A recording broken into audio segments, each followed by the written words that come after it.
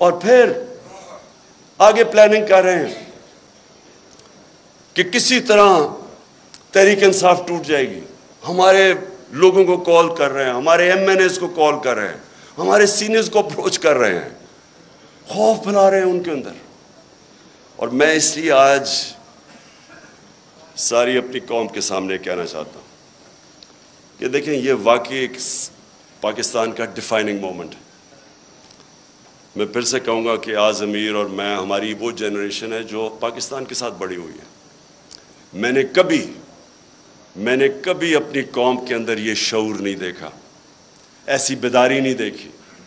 Families رات کے 12 بجے تک جلسے اٹینڈ کر رہی ہیں.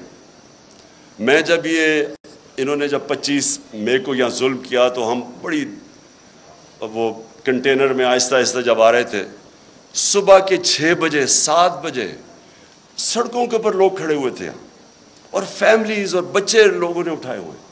یہ کوئی بھی, میں یہ چیلنج ان کو کرتا ہوں, آپ جو مرضی کر لیں, جتنا مرضی خوف پھیلا لیں, یہ جو اس وقت اس ملک میں بیداری ہے اور یہ جو قوم اٹھ رہی ہے, آپ کچھ بھی نہیں کر سکیں گے.